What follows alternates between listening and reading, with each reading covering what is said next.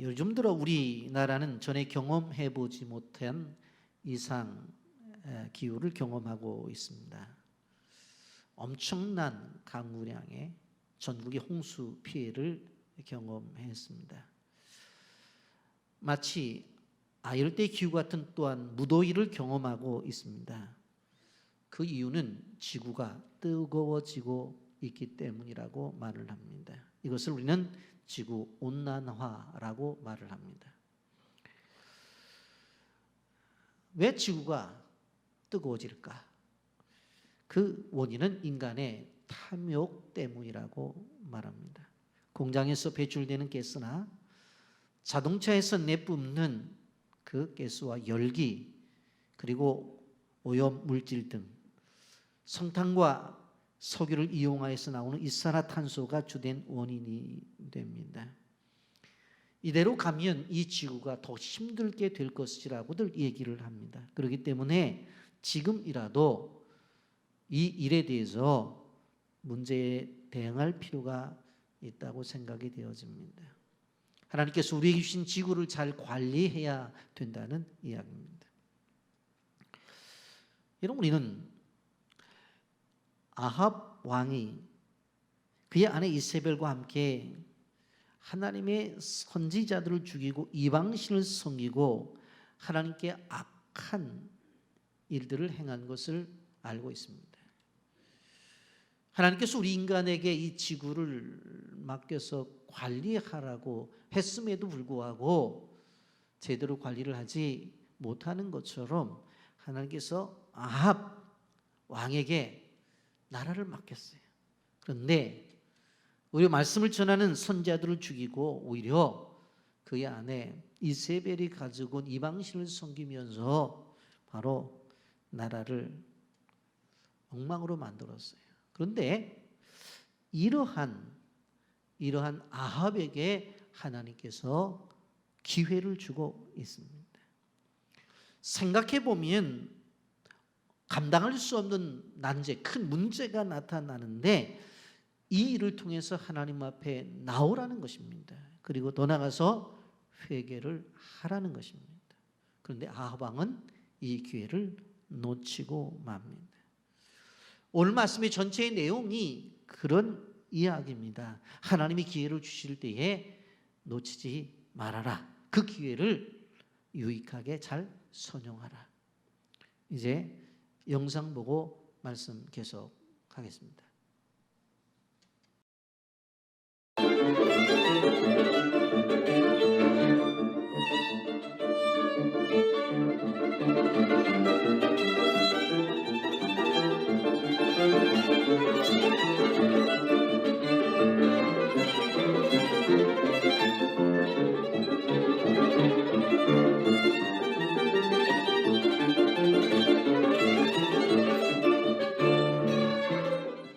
지금 왼쪽 귀가 좀 불편하다고 들었어요.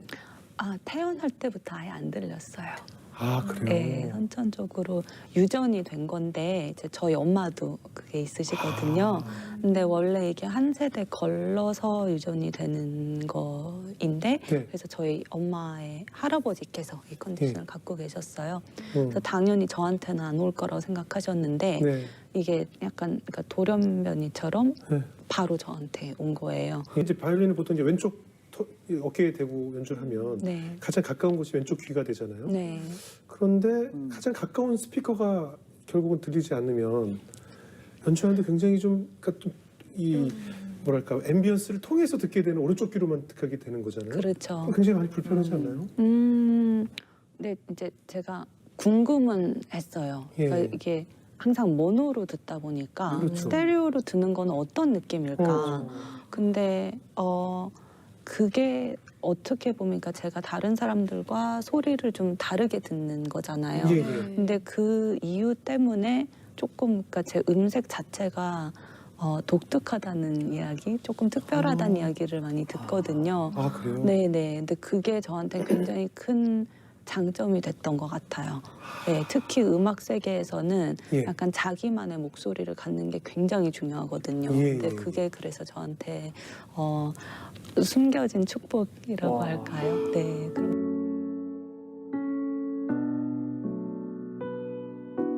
바이올리니스트로 잘 나가시다가 또 6년 정도 공백기가 있었다고 하는데 무슨 이유 때문이었죠? 제가 턱관절에 문제가 있어서요. 아, 바이올린 하다 보니까. 그러니까 바이올린 하면서 직업병처럼 악화된 거였는데 사실은 어렸을 때 예.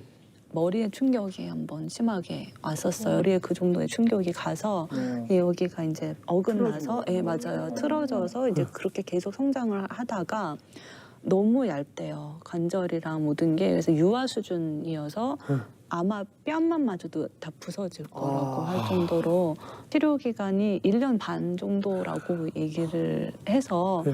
그럼 이 시간 동안 그냥 재충전하고 그냥 끊임없이 달려왔으니까 예. 그래서 한편으로는 감사하게 생각을 했거든요. 네네. 그리고 첫 번째 수술이 잘못됐어요. 잘못했어. 언제까지? 그러니까 이것도 근데 하나님께서 제게 주신 거라는 확신은 있었거든요. 뭐 때문인지는 모르겠지만 하나님께서 제게 필요한 거기 때문에 주신 시간이라고 생각을 했는데 그러면은 언제까지?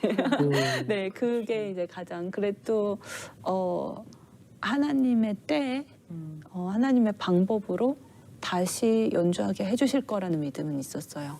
그냥 제대로 내가 원하는 데 걸어 다닐 수 있고 그렇게 자유롭게 내 몸을 움직일 수 있는 것도 너무 감사한 거였구나. 그러니까 그렇게 차곡차곡 감사한 것들을 또 새롭게 찾게 해주시더라고요. 네, 그게 저한테는 필요했던 게 아닌가.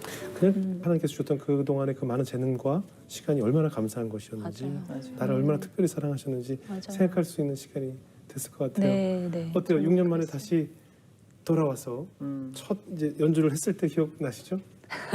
어땠어요? 너무 일단 이제 그 간절함이 쌓였었잖아요. 네. 그러니까 플라토에 뭔가 간절함이 다 느껴진다고 그래서 막 너무 감동이라고. 이 바이올린도 네. 이 비브라토가 되게 중요하잖아요. 맞아요, 맞아요. 근데 이제 우리 흔한 표현으로 필이 달라진 거네요, 그죠? 감정 표현 자체가. 소중하게 기억 남는 거는 할머니랑 같이 무대에 섰던 네, 그런 무대가 있었어요. 저는 솔로이스트로 할머니는 오케스트라 단원으로. 네, 근데 그게 할머니의 마지막 연주셨거든요. 네, 그래서 할머니께서 어렸을 때부터 너무 이제 정말 마음 다해 지지해 주시고 저한테는 어떻게 보면 약간 햇살 같은 그런 분이셨거든요. 멀리 있음에도 불구하고. 네. 근데 네, 그런 할머니와 같이 뭔가 그 긴 터널에서 나오는 듯한 느낌? 예, 우리에게 고난이 찾아올 때 그 고난의 과정 속에서 그 고난을 어떻게 해석하고 어떤 열매를 맺느냐가 우리 인생에서 중요한 결과를 맺는다고 하는 것을 우리가 볼 수가 있습니다. 이스라엘에 고난이 찾아왔습니다. 위기가 찾아왔습니다. 아랍에게 위기가 찾아왔는데 그것은 주변의 강국과의 외교적 충돌이 오게 된 것입니다. 이러한 상황 속에서 먼저 생각해 볼 수 있는 것은 사람의 생각과 판단이라고 하는 겁니다.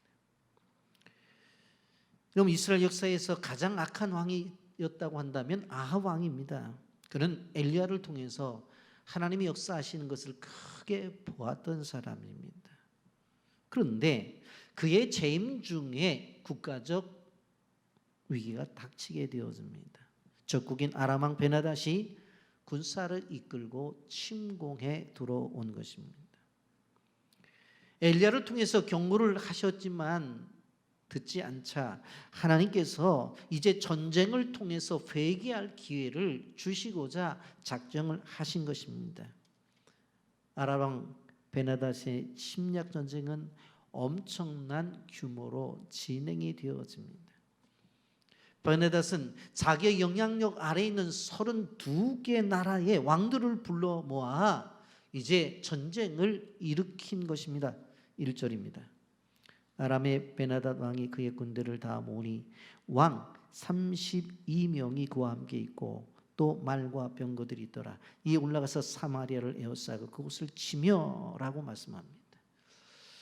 여러분, 이제 이스라엘을 공격하기 위해서 32나라의 왕들이 모여서 전략을 짜고 이제 공격을 한다고 한다면 이것은 생각 하나마나 뻔한 전쟁입니다. 그리고 당시에 말과 병거라고 하는 첨단 무기를 갖고 있던 군사들이었습니다. 이 베나닷이 침략을 하면서 뭐라고 말을 해요? 사자를 보내서 아합 왕을 협박합니다. 협박의 내용이 3절에 이렇게 협박을 합니다. 내 은금은 내 것이요 내 아내들과 내 자녀들의 아름다운 자도 내 것이라 하며 그랬어요. 내가 가지고 있는 은금도 내 것이고 내 아내도 내 것이고 내 자녀들 가운데서 쓸모 있는 자녀들 다 내 거다라고 그렇게 말하는 거예요. 누구의 생각입니까? 베나닷의 생각입니다. 자기 생각이에요. 생각해보면 교만하기 짝이 없어요. 이미 승리를 거둔 것처럼 이야기합니다. 다짜고짜 이스라엘 왕이 가지고 있는 모든 재산과 처자식이 자기 거라고 그렇게 말을 해요. 그런데 이 무례한 베나닷의 협박에도 아합 왕은 꼼짝하지 못하고 비굴한 자세를 보입니다. 4절 말씀 보십시오. 이스라엘 왕이 대답하여 말하기를 내 주 왕이요 왕의 말씀같이 나와 내 것은 다 왕의 것이니이다 하였더라. 베나닷과 함께 32나라가 공략한다고 하는 그 앞에 공포를 느꼈죠. 그 전한 말에 꼼짝없이 뭐라고 말해요? 당신은 내 주 왕이다. 그리고 나와 내 것은 다 당신의 것이라고 이렇게 말을 해요. 누구의 생각입니까? 바로 아합 왕의 생각이에요. 여러분, 감당할 수 없는 문제를 만났을 때 아합이 하나님을 찾지를 않아요. 그런데 이러한 굴욕 외교를 통해서 문제가 해결되었느냐? 해결되지 않았다고 하는 것입니다. 이렇게 전에도 아합이 약한 태도로 나오니까 베나닷은 더 강하게 나와요. 5절과 6절 말씀 보세요. 사신들이 다시 와서 이르되 베나닷이 이르노라 내가 이미 내게 사람을 보내어 말하기를 너는 내 은금과 아내들과 자녀들을 내게 넘기라 하였거니와 내일 이맘때에 내가 내 신하들을 내게 보내리니 그들이 내 집과 내 신하들의 집을 수색하여 내 눈이 기뻐하는 것을 그들의 손으로 잡아 가져가리라 한지라. 아직 전투가 시작된 것도 아니에요. 근데 자기 사람들을 성 안으로 보내겠대요. 그리고 보내서 어떻게 해요? 집집마다 들어가서 집안에 있는 보물들, 좋은 것들을 다 가져가겠다고 이야기합니다. 그런 통보를 해요. 전쟁을 해서 그 지역을 점령해갖고 하는 것이 아니라 전쟁도 시작되지 않았는데 들어가서 집집마다 뒤져서 좋은 것들 다 가져가겠대요. 누구의 생각입니까? 베나닷의 생각입니다. 자기 생각을 지금 이야기하고 있는 거예요. 여러분, 이러한 상황 속에서 베나닷의 요구에 처음부터 강하게 거부했음에도 불구하고 아합은 그렇게 하지 못해. 여러분, 아합은 엘리야가 행하는 그 기적을 보면서 하나님의 놀라운 능력을 경험한 사람이었어요. 그렇다고 한다면 그 능력의 하나님 앞에 엎드려고 그리고 하나님 앞에 구하여야 되잖아요. 그리고 자기 잘못을 회개해야 되잖아요. 그런데 그런 것 없이 대적 앞에 무기력한 태도를 보이고 있어요. 어쩔 줄 모르고 있는 것을 바라볼 수가 있습니다. 이렇게 비굴한 왕이었던 아합이었지만 베나닷의 요구가 너무나 지나쳤다고 느꼈는지 선뜻 대답을 하지 않고 나라의 장로들을 모아 의견을 묻습니다. 여기 보면 7절 말씀 보세요. 이에 이스라엘 왕이 나라의 장로들을 다 불러 이르되 너희는 이 사람이 악을 도모하고 있는 줄을 자세히 알라. 그가 내 아들네들과 내 자녀들과 내 은금을 빼앗으려고 사람을 내게로 보냈으나 내가 거절하지 못하였노라. 장로들을 보내놓고 뭐라고 말을 해요? 내가 거절하지 못했다. 내 것을 빼앗는다고 얘기할 때 말하지 못했다고 이야기하는 거예요. 그런데 여기서도 알 수 있는 것이 뭐예요? 이 정도가 되어지면 누구랑 상의를 해야 되죠? 하나님에게 상의를 해야 되잖아요. 근데 하나님에게 상의를 하지 않아요. 백성의 장로들하고 얘기를 해요. 그랬더니 8절에 이렇게 대답을 해요. 모든 장로와 백성들이 다 왕께 아뢰되 왕은 듣지도 말고 허락하지도 마옵소서. 장로들이 얘기하는 것에 대해서 힘을 얻어서 거절을 하게 되어집니다. 그런데 이렇게 되어진 과정이 누가 얘기해 주는 거예요? 장로들이 얘기해 주는 거예요. 사람이 얘기해 주는 거잖아요. 이 어려운 상황 속에서 기도했다는 얘기 없어요. 없어요.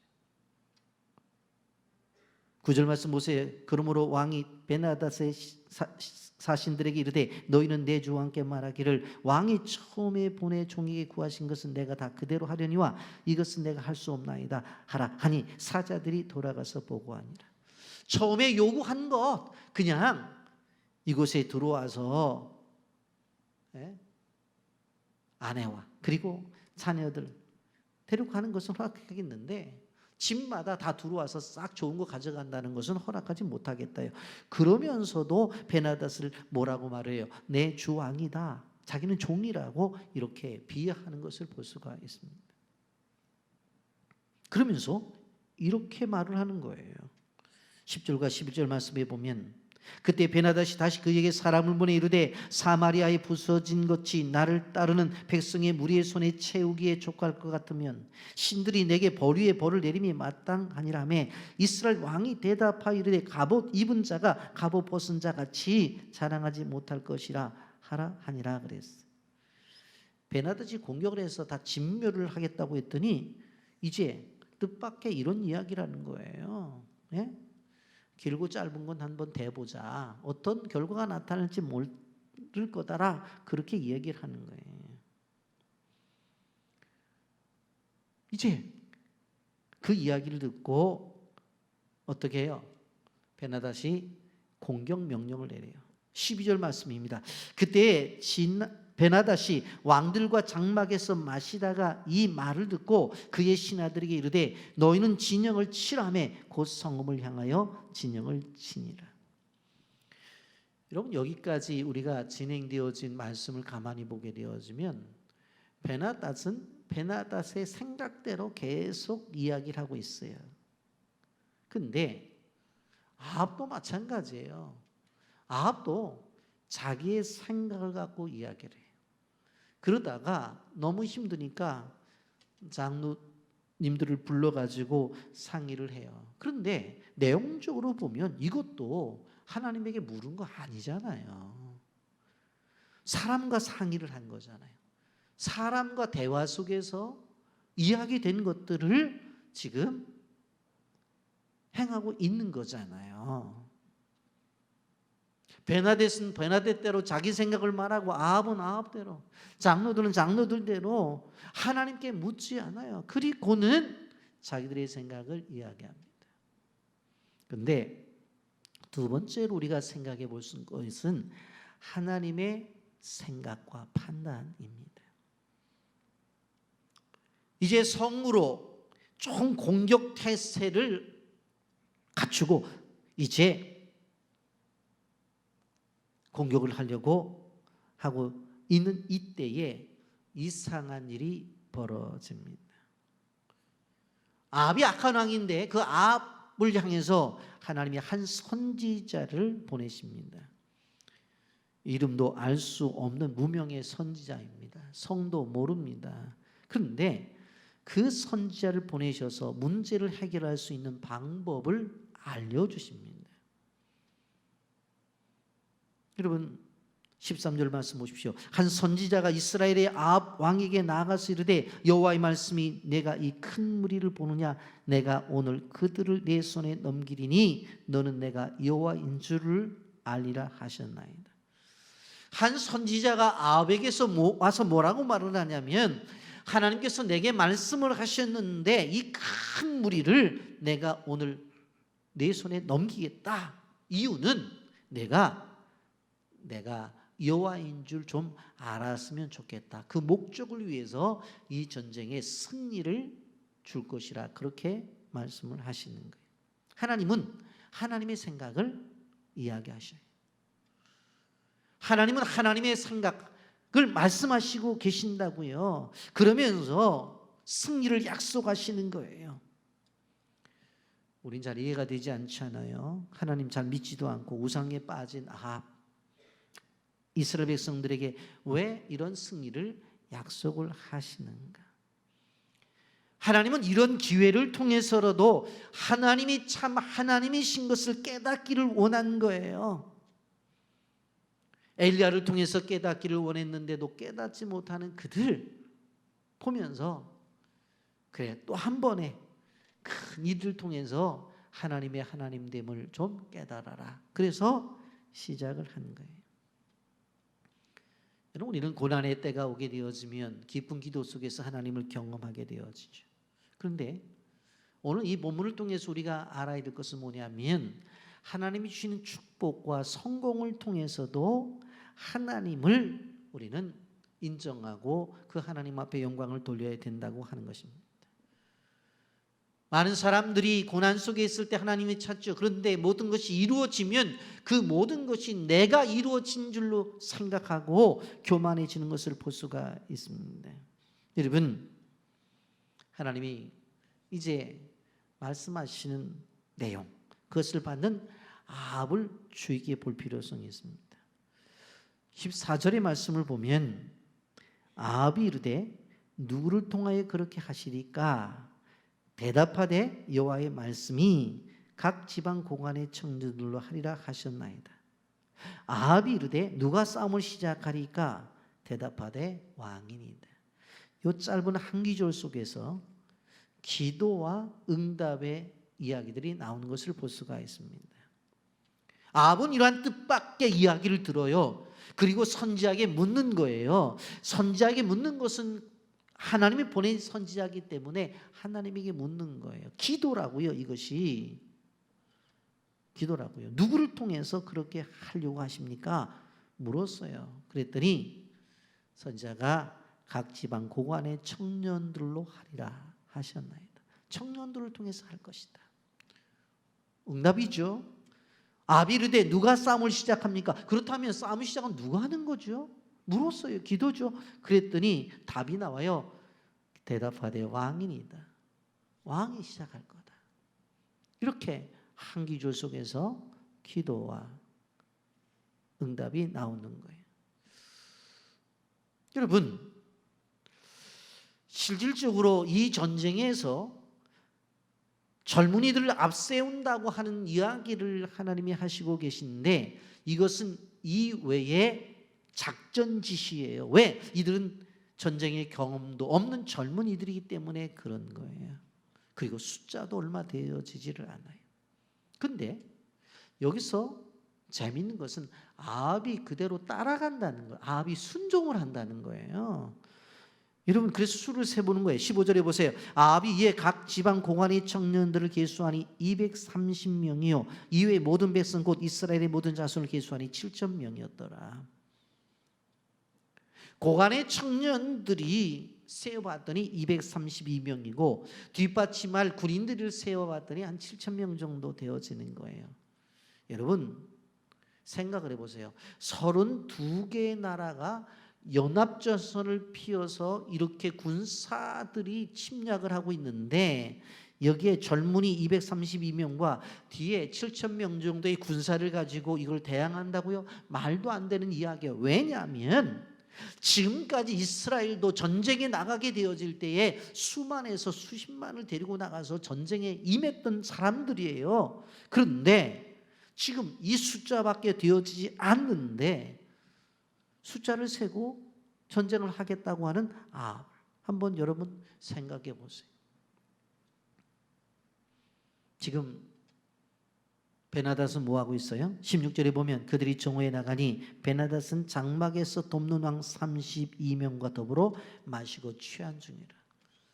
그 상황 속에서 이들은 부어라 마시라 하고 있는 것입니다. 아합에게 공격을 명령해 놓고 자기들은 그냥 기다리면서 이거 전쟁, 다 끝난 전쟁 아니야 생각을 하고 그들은 방심하고 그들은 술을 마시고 있는 것입니다. 여러분 17절 18절을 보세요. 각 지방의 고관의 청년들이 먼저 나갔더라. 베나닷이 정탐꾼을 보내었더니 그들이 보고하 이르되 사마리아의 사람이 나오더니다 하매 그가 이르되 화친하러 나올지라도 사로잡고 싸우러 나올지라도 사로잡으라 하니라. 여러분 청년들이 나갔어요. 232명이라고 그랬죠. 그들이 쫙 이제 베나닷 군대 앞에 나올 거 아닙니까? 그랬더니 베나닷이 한번 나가봐라. 그래서 정탐꾼을 보냈다고. 그랬더니 나가서 뭐라고 말하냐면 사마리아에서 사람들이 오게 되는데 아무리 봐도 뭐 전쟁을 하러 오는 사람들 같지 않고 몇 명 되지를 않는다고. 그랬더니 뭐라고 말해요?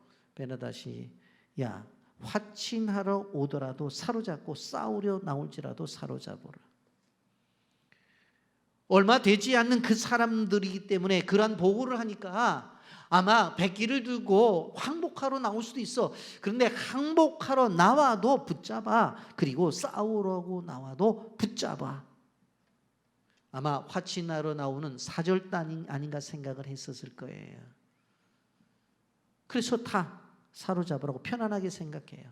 그런데 우리는 잠언의 말씀을 통해서 알 수 있는 것이 뭐예요? 교만은 패망의 선봉이라고 하는 것입니다. 하나님이 함께 하시는 군사는 적의 수와 상관없이 어떻게 되어져요? 하나님의 놀라운 역사를 만들어낸다고 하는 것입니다. 19절부터 21절 말씀에 보면 각 지방 고관의 청년들과 그들을 따르는 군대가 성읍에서 나가서 각각 적군을 쳐 죽임에 아람 사람이 도망하는지라 이스라엘이 쫓으니 아람 왕 베나닷이 말을 타고 마병과 더불어 도망하여 피하니라. 이스라엘 왕이 나가서 말과 병거를 치고 또 아람 사람을 쳐서 크게 이겼더라. 결국 이 전쟁 속에서 이스라엘의 승리를 하게 되어져요. 아합이 승리를 하게 되어지고 베나닷은 간신히 목숨을 건지고 도망을 가게 되어진 것입니다. 아합이 승리를 했어요. 근데 이것은 바로 하나님의 생각이 승리를 한 거예요. 하나님의 결정이 승리를 한 거예요. 하나님의 뜻이 승리를 한 것이라고요. 그런데 아합은 거기에 대해서 전혀 이야기가 없어요. 이렇게 전쟁에 승리를 한 다음 하나님이 다시 말씀을 하십니다. 아람의 첫 번째 침략 전쟁에서 이스라엘이 큰 전쟁에서 승리를 거두었습니다만은 안심할 수 있는 상황은 아니었어요. 뜻하지 않는 패배를 당했지만 아람 왕 베나닷은 아직 강한 그런 존재였고 강한 나라였어요. 그래서 선지자가 와서 아합에게 이렇게 이야기합니다. 22절에 보면 그 선지자가 이스라엘 왕에게 나와 이르되 왕은 가서 힘을 기르고 왕께서 행할 일을 알고 준비하소서. 해가 바뀌면 아람 왕의 왕을 치러 오리다 하니라. 이제 저들이 가서 힘을 길러가지고 내년에 이제 공격을 하게 될 것이니까 이제 왕도 가서 어떻게 하라고 그랬어요? 힘을 기르라는 거예요. 그리고 준비를 하라고 하는 거예요. 왜? 내년에 또 치러 올라올 것이기 때문에. 그런데 이 전쟁에서 참패를 하고 간 이 아람의 군대에서 어떤 이야기들이 도느냐 보면 그 신하가 와서 이런 얘기를 하는 거예요. 23절에 보게 되어지면 아람 왕의 신하들이 왕께 아뢰되 그들의 신은 산의 신이므로 그들이 우리보다 강하였거니와 우리가 만일 평지에서 그들과 싸우면 반드시 그들보다 강할지라. 그런 얘기를 해요. 누구 생각입니까? 자기 생각들이죠. 이스라엘의 신, 그 하나님의 신은 사마리아와 같은 높은 고산지대에서는 강하지만 평지에서는 능력이 나타나지 못한다, 위력을 나타내지 못한다고 이렇게 왕에게 이야기를 하는 거예요. 왕이 가만히 듣다가 그래? 그래? 영적 무지의 결과죠. 그래서 잃어버린 군대를 재정비하고 말과 병거를 다시 준비해서 어떻게 해요? 이스라엘 사람들을 어디로 끄집어내는 거예요? 평야로 끄집어내는 거예요. 왜? 하나님은 산의 신이니까 산에서 전쟁하면 우리가 지니까 평화로, 넓은 평화로 끌고 와서 거기서 전쟁하면 우리가 이길 것이다. 그래서 그들은 다시 전략을 짜요. 24절과 25절입니다. 또 왕은 이 일을 행하실지니 곧 왕들을 제하여 각각 그곳에서 떠나게 하고 그들 대신에 총독들을 두시고 또 왕의 잃어버린 군대와 같은 군대를 왕을 위하여 보충하고 말은 말대로 병거는 병거대로 보충하고 우리가 평지에서 그들과 싸우면 반드시 그들보다 강하리다. 왕이 그 말을 듣고 그리하니라. 아유, 32나라 그거 다 올 필요도 없겠다고, 평지에 싸우면 우리가 이기니까 좀 보내고 남아있는 사람들 전력을 해서 우리가 싸우자고 그렇게 얘기를 했어요. 그랬더니 베나다시 그래 그렇게 하자고 그대로 행한 거예요. 26절과 27절 보세요. 해가 바뀌니 베나다시 아람 사람을 수집하고 아벡으로 올라가서 이스라엘과 싸우려 하며 이스라엘 자손도 소집되어 군량을 받고 마주 나가서 그들 앞에 진영을 치니 이스라엘 자손은 두 무리의 적은 염소 떼와 같고 아람 사람은 그 땅에 가득하였더라. 해가 바뀌어서 전쟁을 시작하게 되어지는 거예요. 그래서 아람 군대가 소집이 되어졌더니 이스라엘도 소집이 되어지게 되어지죠. 그래서 평화에서 딱 만났는데 보니까 이 이스라엘 백성들은 염소떼 같아. 그러니까 얼마 되질 않는 거예요. 얼마 되질 않아. 광야 가니까 더 잘 보이겠지. 그렇잖아요. 얼마 되질 않아. 그런데 아람 사람들은 땅에 꽉 차 있는 거예요. 땅에 다 차 있는 거예요. 이때 이 전쟁 중에서 하나님은 다시 한번 아합에게 승리를 약속합니다. 28절 보세요. 그때 하나님의 사람이 이스라엘 왕에게 나와 말하되 여호와의 말씀에 아람 사람이 말하기를 여호와는 산의 신이요 골짜기의 신은 아니라 하는도다. 그러므로 내가 이 큰 군대를 다 내 손에 넘기리니 너는 내가 여호와인 줄을 알리라 하셨나이다 하니라. 저들이 아무리 여호와가 산의 신이고 평화에서 전쟁을 하면 이긴다고 그렇게 말을 했는데 내가 이 전쟁 속에서도 너에게 승리를 줄 거야. 그런데 한 가지 중요한 것이 뭐냐면 이 전쟁의 승리를 통해서 너희는 내가 여호와인 줄 알아야 된다. 계속해서 그 얘기하는 거예요. 너는 내가 여호와인 줄 알아야 된다. 저들이 제멋대로 해석을 하잖아. 내가 산의 신이라고 광야에서 너를 이기게 해줄 거야. 여러분, 그래서 이제 전쟁이 시작이 되어지는데 7일째가 되어서 어떤 일이 벌어집니까? 29절부터 30절 말씀까지 보세요. 진영이 서로 대치한 지 7일을 일곱째 날에 접전하여 이스라엘 자손이 하루에 아람 보병 10만 명을 죽이매 그 남은 자는 아벡으로 도망하여 성읍으로 들어갔더니 그 성읍이 남은 자 2만 7천 명 위에 무너지고 베나닷은 도망하여 성읍에 이르러 골방으로 들어가니라. 전쟁이 일어났는데 일곱째 날에 딱 접전을 했는데 이스라엘 자손이 아람 보병 하루 만에 10만 명을 죽였대요. 여러분, 이게 말이 안 되는 소리예요. 지금같이 뭐 대포가 있거나 탄이 있다고 한다면은 뭐 하나 대포 쏴가지고 수많은 사람들을 죽이지만 그때 기껏 있어봤자 뭐가 있었겠어요. 칼하고 창하고 방패밖에 더 있었겠어요. 그런데 그 시대의 전쟁 속에서 하루에 10만 명을 죽여? 말이 안 되는 거죠. 말이 안 돼. 그런데 그것도 도망가다가 어떤 일이 벌어집니까? 어떤 일이 벌어져요? 아벡으로 도망가는데 가만히 도망가는데 아벡의 성벽이 확 무너져 버리더니 성 밑으로 도망가던 사람 2만 7천 명을 다 그냥 다 죽여버린 거예요. 그냥 성벽이 무너져서 자연스럽게 죽은 거예요.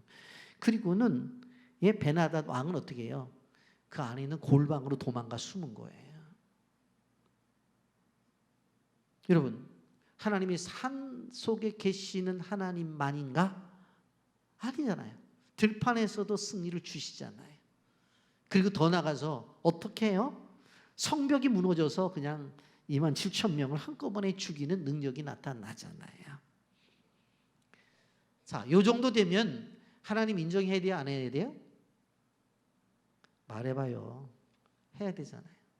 그런데 우리는 아합의 모습을 볼 수가 있어요. 아합의 실수 그리고 하나님의 반응이 나타나는 것을 볼 수가 있습니다.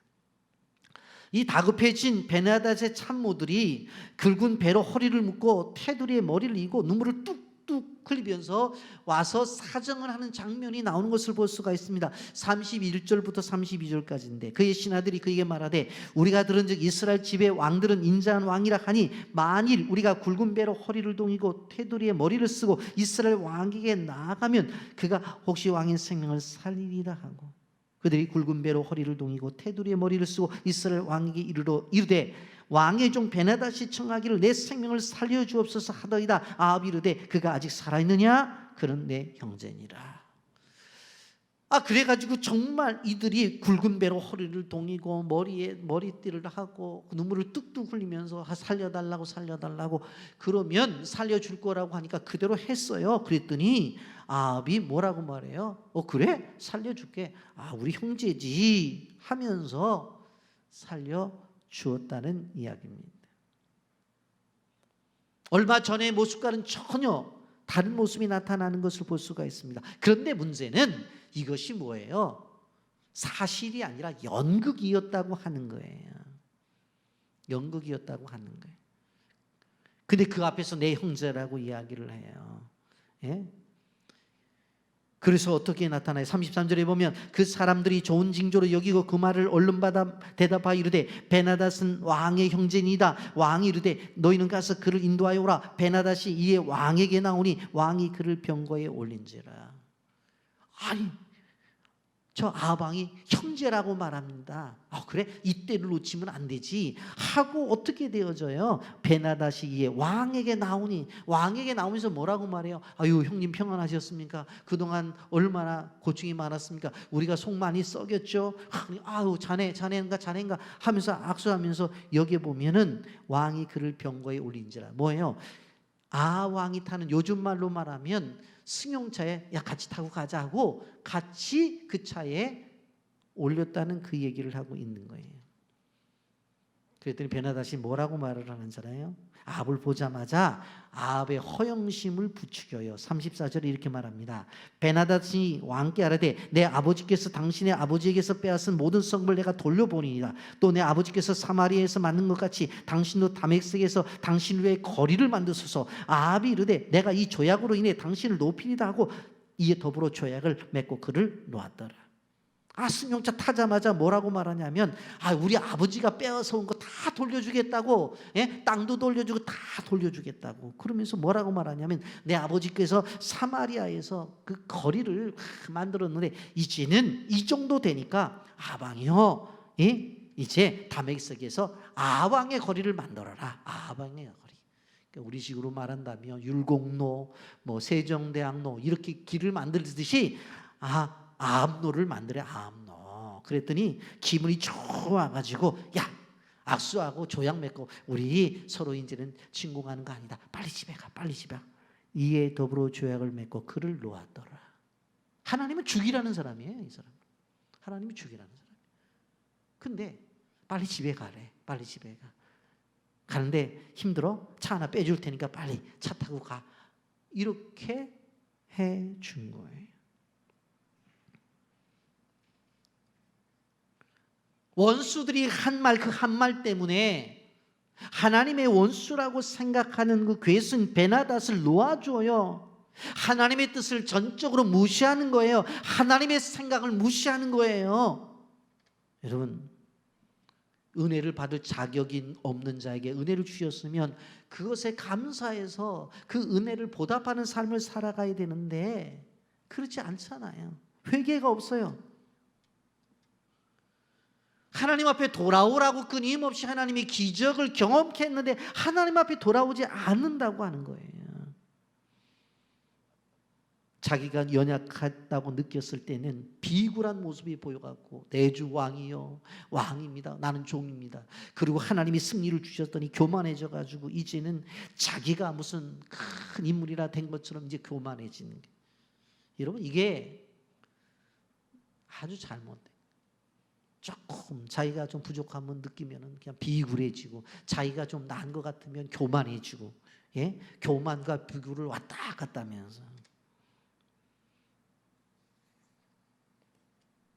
그래서 42절이 나오는 거예요. 42절 보세요. 그가 왕께 이르되 여호와의 말씀이 내가 멸하기로 작정한 사람을 내 손으로 놓았은즉 내 목숨은 그의 목숨을 대신하고 내 백성은 그의 백성을 대신하리라 하셨나이다. 내가 멸하기로 작정한 사람, 내가 죽이기로 작정한 사람을 내 손으로 놓았어? 그러면 네가 죽어야 되지. 내 목숨은 그의 목숨을 대신한다고 그랬어요. 그 말이 뭐예요? 그를 안 죽였잖아. 그럼 네가 죽어야 돼. 그 말을 들은 거예요. 그랬더니 아합이 충격을 받았어요. 그래서 43절에 보면 이스라엘 왕이 근심하고 답답하여 그의 왕궁으로 돌아가려고 사마리아에 이르니라. 여러분, 그런데 이 정도 되면 회개해야 되잖아요. 근심하고 답답했다고 그랬어요. 43절에 근심하고 답답했으면 왕궁으로 돌아갈 것이 아니라 하나님 앞에 엎드려야 되잖아요. 깨달았으면 회개해야 되잖아요. 하나님을 찾아야 되잖아요. 그런데 그렇지 않아요. 여러분, 우리는 꼭 기억하셔야 돼요. 우리가 인생을 살아가면서 근심하고 답답할 때에 거기에 머물러 있으면 안 돼요. 엎드려야 돼요. 하나님 앞에 기도를 해야 돼요. 오늘 우리는 아합처럼 이렇게 하나님의 은혜를 받을 수 없는 자격이 없는 존재인데 끊임없이 은혜를 주시잖아요. 그렇다면 깨달아야 돼요. 그리고 그것을 통해서 하나님을 발견하고 우리 하나님 앞에 나가야 돼요. 여러분, 자녀들이 가장 싫어하는 잔소리가 뭐예요? 엄마가 공부하라는 이야기입니다. 실은 자기를 위해서 이야기하는 거잖아요. 게임하는 아이들을 위해서 너 공부 좀 해라. 밖에서 놀려고만 하는 아이들에게 공부 좀 해라. 공부 좀 해라. 왜 그럴까요? 때가 있기 때문에. 공부도 때가 있기 때문에. 제가 학교에서 수업을 하고 이렇게 식사를 하러 식당에 내려가다 보면 평생교육원에서 나온 나이 든 집사님들, 권사님들이 그 앞에서 이제 도시락을 펼쳐놓고 막 식사를 해요. 학교 식당 얼마 가지도 않는데 왜 이렇게 저렇게 찬밥을 먹을까? 근데 나중에 제가 깜짝 놀란 것을 들었어요. 식당에 밥 먹으러 갈 시간이 아깝대요, 지금. 그래서 도시락 싸와갖고 그 학교 앞에서 그냥 밥 먹는 거예요.